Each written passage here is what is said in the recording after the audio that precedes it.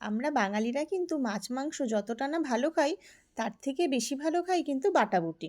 তো আজকে আমি দারুণ স্বাদের একটা বাটার রেসিপি নিয়ে চলে এসেছি। তো আমি কিন্তু এখানে 5 টাকা দিয়ে একটা ছোট সাইজের বিট নিয়েছিলাম। তো সেটাকে ভালো করে ধুয়ে কেটে নিয়েছি।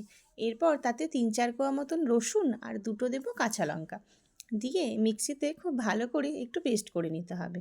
আর এইদিকে দেখো আমি একটা ফ্রাইং প্যান বসিয়ে তাতে কিছুটা সাদা তেল দেবো আর কিছুটা দেবো কালো জিরে। আর একটা রসুন আমি একটু থেতো করে রেখেছিলাম, সেটাও দিয়ে দেবো। এরপর যে বিটটা আমি পেস্ট করে রেখেছিলাম সেগুলোও দিয়ে দেবো।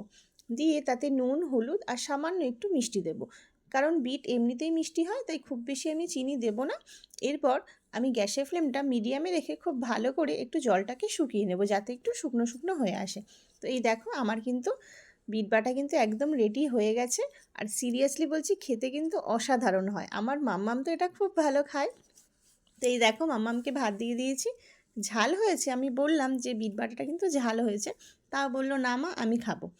তো দেখো খাচ্ছে, ওর কিন্তু খুব ভালো লেগেছে। তোমরা জানিও তোমাদের কেমন লাগলো। আর হ্যাঁ, অবশ্যই তোমরা কিন্তু এই বাটাটা একবার হলেও বাড়িতে ট্রাই করো। আর এইদিকে দেখো আমার আগের দিনের ফুলকপির পাতা বাটা বেঁচে গেছিলো, সেটা দিয়েও খেয়ে নেবো। তো চলো টাটা, দেখা হচ্ছে নেক্সট ভিডিওতে।